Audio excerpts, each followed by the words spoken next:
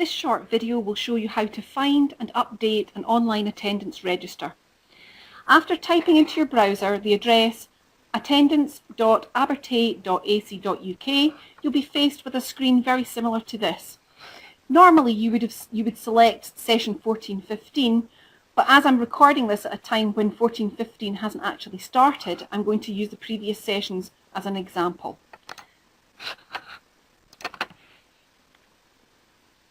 As usual, you add your username and password and click OK.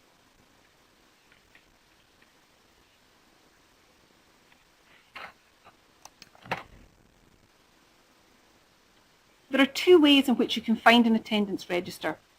Normally I would suggest that the quickest way to find the register is to click on View and look at My Registers. This will give you two choices. You can look at a register from today's date or a previous date. As there are no registers currently set up for today because this is before the start of semester, I'm actually going to use a different method to get into the attendance register.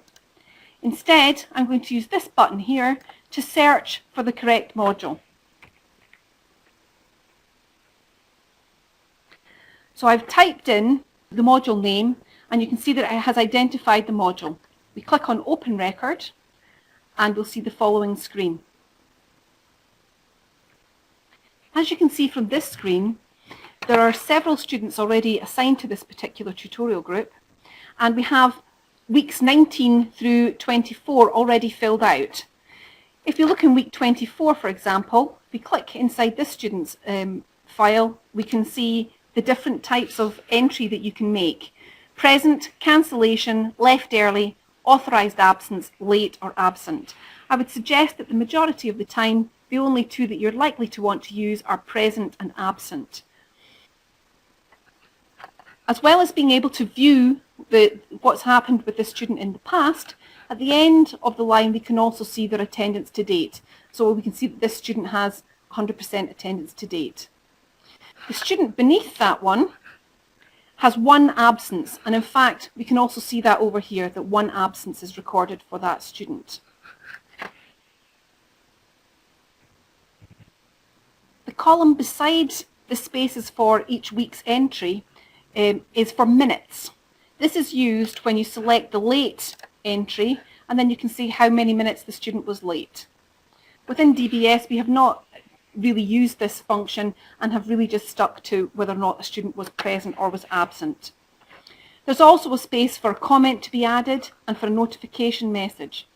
It's my understanding that when students self-certify, a message will be placed in here, and you will then be able to say that the student has an authorised absence.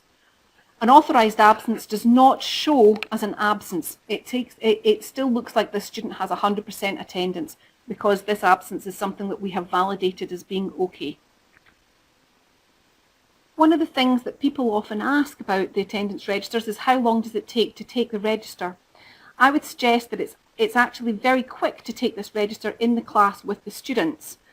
If you don't wish to do that, you can take a manual register and update the record later.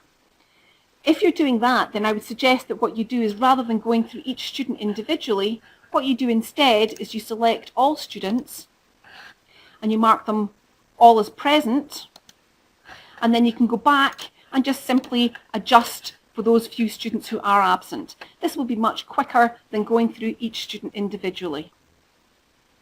Once you have completed your attendance register, we use the tick up here to say that we wish to save changes, and that will save the changes to the register for that week. If you're wanting to find information from a previous time period, you can select registers from a fixed range at the top, and you simply choose what the start and the end date is for these, and then click Apply to find only those registers which apply during that period. Once you've finished entering the attendance for that class, click on the Save file and then log out from the system.